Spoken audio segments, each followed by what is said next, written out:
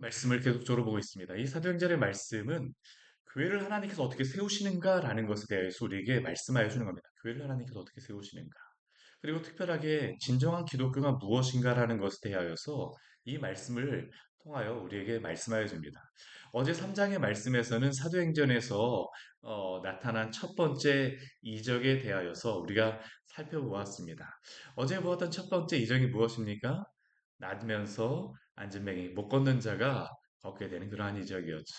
이 사람은 날마다 공무원과 같이 성전에 출근하는 사람이었지만 성전 안에는 들어가지 않습니다. 성전에 출근하는 이유가 무엇입니까?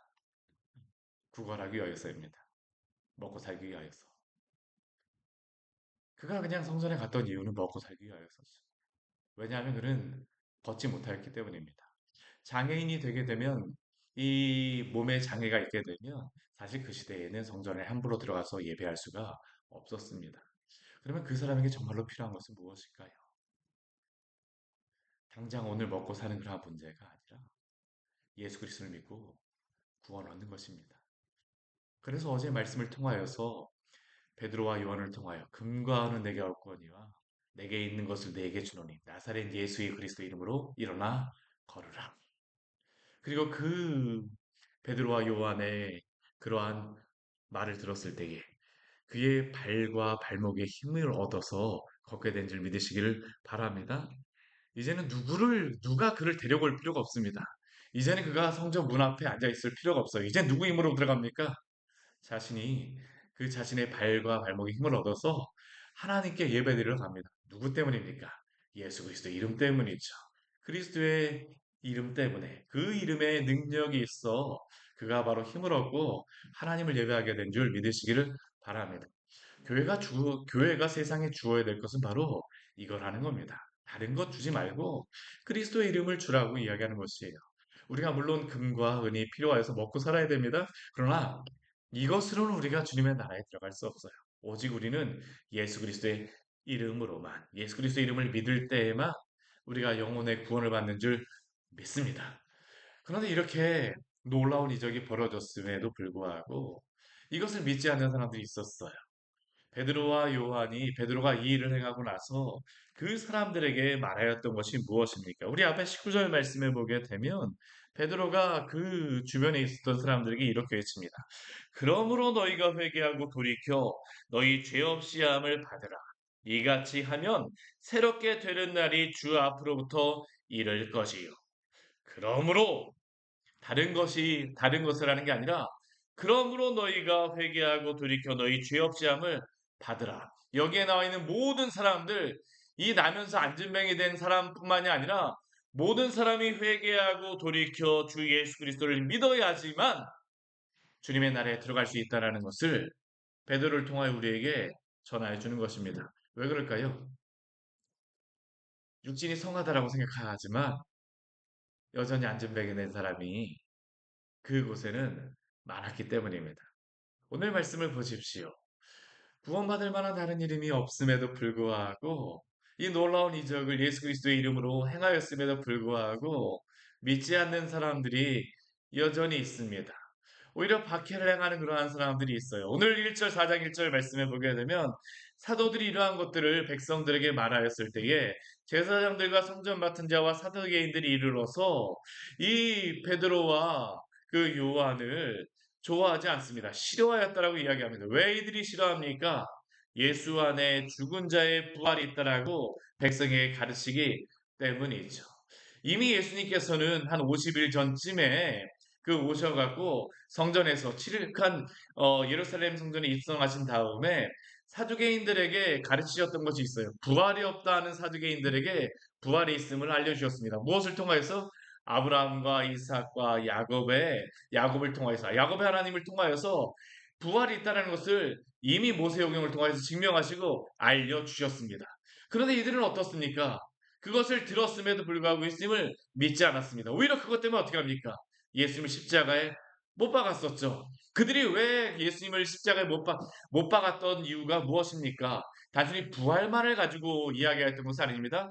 그것에 그 이유가 되어지는 일이 있었죠. 누구의 권위와 무슨 일로 이것을 행하냐라고 그들이 말하였습니다. 근데 오늘 말씀도 보게 되면 동일한 것을 가지고 이 베드로와 요한을 이야기합니다. 부활을 전하였다라고 이 사람들이 베드로와 요한을 싫어하죠. 그래서 결국 어떻게 합니까? 우리 3절 말씀에 보게 되면 그들을 잡아서 그 옥에 가두었다라고 말씀하고 있습니다. 이튿날까지 가두었으나 사랑하는 성도 여러분, 사람은 가둘지 모르지만 복음은 결코 가둘 수 없음을 믿으시기를 바랍니다. 이게 바로 복음의 능력이죠. 오늘 4장 말씀을 보십시오. 4절 말씀을 보십시오. 베드로와 요한을 이튿날까지 가두어 두었을지는 모르지만 그 말씀을 들은 자 중에 믿는 자가 많으니 몇 명이나 되었다고요? 약 5천이나 되었다라고 우리에게 증거하고 있습니다. 사람은 가둘 수 있을지 모르지만 복음은 가둘 수가 없습니다. 복음은 가둘 수가 없어요. 이게 바로 복음의 능력입니다. 왜 그렇습니까? 이들이 복음을 듣고 그 영혼이 살아났기 때문입니다. 영적인 안진뱅이였던 이 사람들이 살아났기 때문이죠. 특별히 앞에서 우리가 이 안진뱅에 대해서 우리에게 말하였던 것은 무엇입니까? 나면서 걸을 수 없었던 사람. 근데 우리 죄라고 하는 것이 무엇인지 아십니까? 나면서부터 주님을 믿을 수가 없어요. 우리는 선천적으로 모두 주님을 믿을 수 없는 자입니다. 우리가 나서 주님을 믿는다라고 우리가 그냥 뭐 복음만 전한다라고 하게 되면 믿을 수 있다라고 생각할지 모르지만 그렇지 않아요.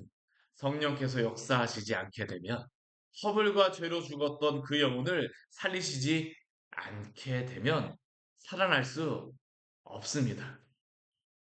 복음이 하는 일이 무엇일까요? 복음이 전해질 때 성령께서 하시는 일이 무엇일까요?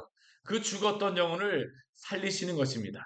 나면서 걷지 못하였던 그러한 자들을 일으키시고 주 예수 그리스도에게 달려오게 하시는 그러한 능력이 이 복음 안에 능력이 있음을 믿으시기를 바랍니다. 복음이 전해질 때 성령께서 이렇게 역사하시는 것입니다. 5천 명이나 되는 사람들이 믿게 되어졌습니다. 이 얼마나 놀라운 일입니까? 오늘날도 이러한 일이 일어날 수 있을까요? 네, 물론 일어날 수 있습니다. 복음이 전해질 때 성령이 역사하시게 되면 이러한 일이 있을 수 있죠. 그러나 이 복음에 대하여서 여전히 반역하는 그런 사람들을 향해서 회개하고 주 예수 그리스도 앞에 돌아오지 않는 사람들을 향해서는 복음이 쉽게 역사할 수가 없어요. 없습니다. 오늘 뒤에 말씀을 보게 되면 우리 5절 뒤에 말씀을 보게 되면 관리들과 장로들과 서기관들이 예루살렘에 모였다라고 이야기를 하고 있죠.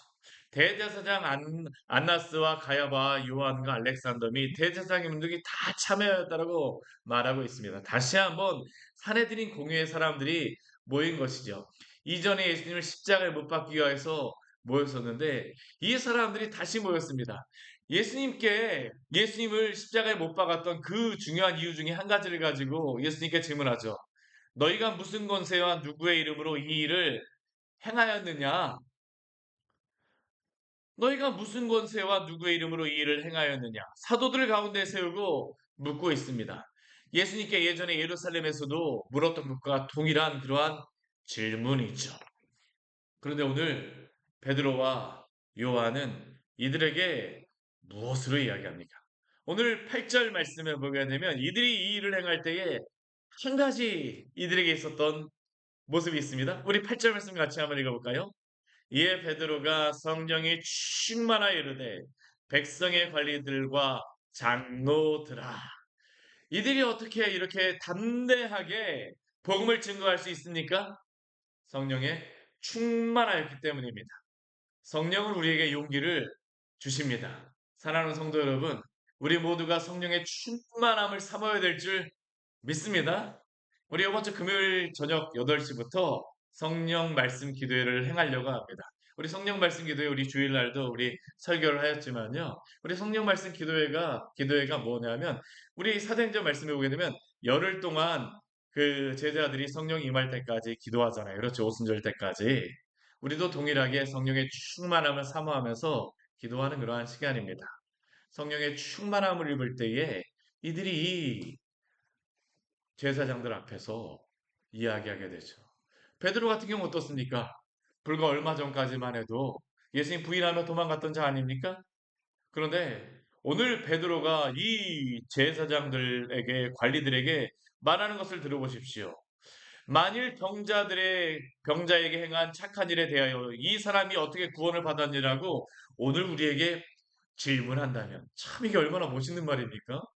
이 병자가 이 나면서 안진뱅이 되었던 자가 어떻게 이 구원을 받았느냐라고 너희가 질문한다라면 나는 너에게 무엇이라고 대답하겠습니까? 이 베드로는 이 사람들에게 무엇이라고 대답하겠습니까? 우리 10절 말씀 같이 한번 읽겠습니다. 너희와 모든 이스라엘 백성들은 알라. 너희가 십자가에 못 박고 하나님이 죽은 자 가운데서 살리신 나사렛 예수 그리스도의 이름으로 이 사람이 건강하게 되어 너희 앞에 섰느니라. 아멘.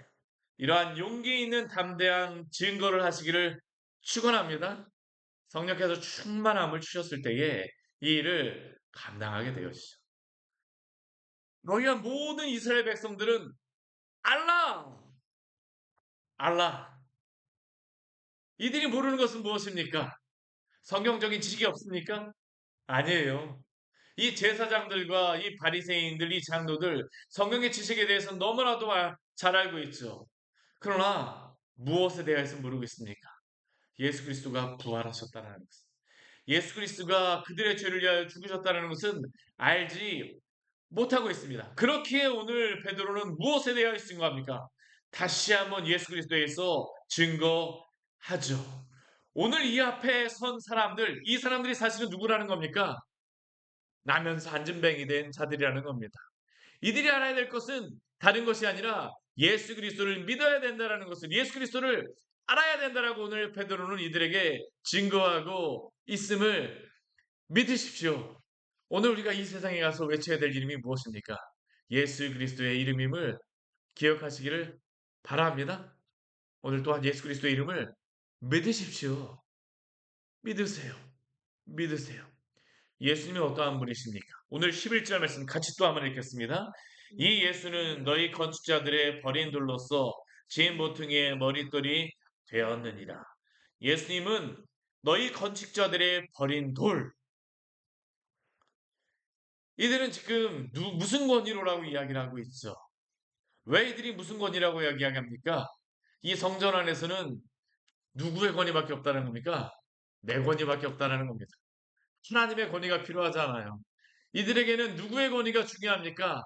내 권위가 필요합니다. 내 권위가 중요합니다. 이들은 그래서 예수님을 십자가에 못 박았죠. 건축자의 버린 돌과 같이. 그런데 이들이 건축자의 버린 돌로서 예수님을 십자가에 못 박았지만 예수님은 진보통의 머릿돌이 되신 줄 믿으시기를 바랍니다. 이 진보통의 머릿돌은 무엇을 의미합니까? 우리 진보통의 머릿돌은 이 끝에 있는 모퉁이 돌을 이야기하는 것입니다. 모퉁이 돌을 이야기하는 것이에요. 이 모퉁이 돌 같은 경우에는 이 건물 이렇게 딱 직각으로 되는 부분 있잖아요. 여기에 세우는 돌이 바로 모퉁이 돌입니다. 모퉁이 돌이요. 이 모퉁이 돌이 아주 중요한 그 다른 돌들은 그냥 뭐 깨지 않고 세워 뭐 이렇게 했을지 모르지만 이 모퉁이 돌 같은 경우는 반드시 직각으로 만들어서 세워야 됩니다. 왜 그렇습니까? 이 모퉁이 돌을 기준으로 해서 방향을 잡기 때문입니다. 이것은 예수 그리스도가 우리의 삶의 목적과 이유가 됨을 우리에게 말씀함을 기억하시기를 바랍니다. 우리가 다른 기준 따라서 살아가면 안 됩니다. 이 사람들이 왜 이렇게 예수님을 십자가에 못 박았습니까? 내 기준으로 내가 살아가기 때문입니다. 성경에 지식이 있다라고 해서 되는 게 아닙니다. 성경도 내 마음대로 해석하면 그게 바로 무엇입니까? 이단입니다. 이단을 내 마음대로 내 멋대로 해석하는 것. 우리의 유일한 기준과 우리의 방향은 누구입니까? 예수 그리스도만이 우리의 삶의 방향이요, 목적이요, 이유가 되심을 믿으시길 바랍니다. 내 마음대로 믿지 마세요. 마태, 마가, 누가, 요한복음은 있지만 내가 복음은 없습니다. 내가 기준이 되어 살아가게 되면 그게 바로 이단입니다. 우리의 유일한 기준은 예수 그리스도밖에 없어요. 우리의 모든 것들은 예수 그리스도께 맞춰야 됩니다. 우리 기타 줄 있잖아요. 제가 저도 기타를 칩니다. 근데 기타를 치게 되면 기타를 치면서도 제가 아무리 기타를 잘 친다라고 해도 듣기 싫은 경우가 있습니다. 어떤 경우일까요?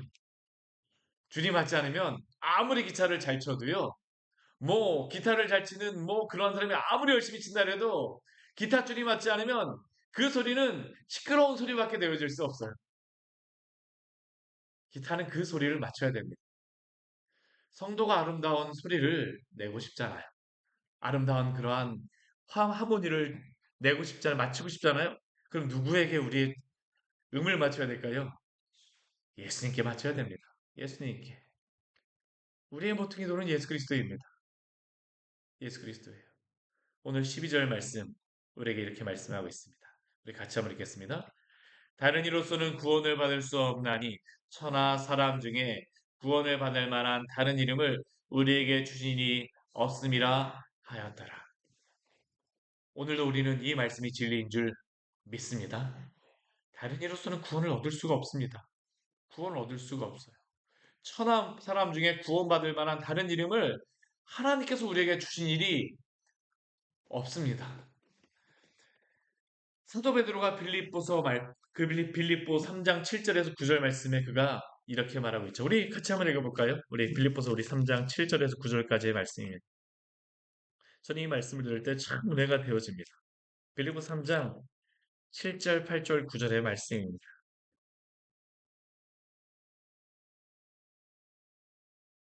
같이 한번 읽겠습니다. 빌립보 3장 7절, 8절, 9절 말씀입니다.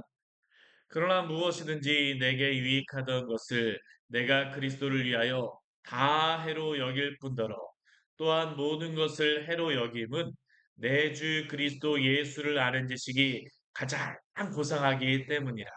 내가 그를 위하여 모든 것을 잃어버리고 배설물로 여김은 그리스도를 얻고 그 안에서 발견되려 함이니 내가 가진 의는 율법에서 난 것이 아니요 오직 그리스도를 믿음으로 말미암은 것이니 곧 믿음으로 하나님께로부터 난 의라. 아멘. 그 앞에 말씀을 보게 되면 사도 바울은 자신의 그러한 자랑에 대하여서 이야기합니다.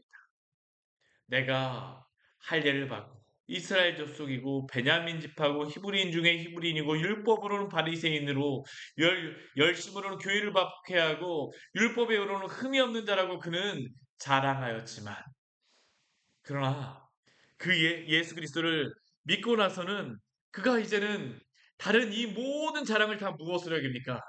다 해로 여길 뿐더러 이게 자랑이 아닙니다.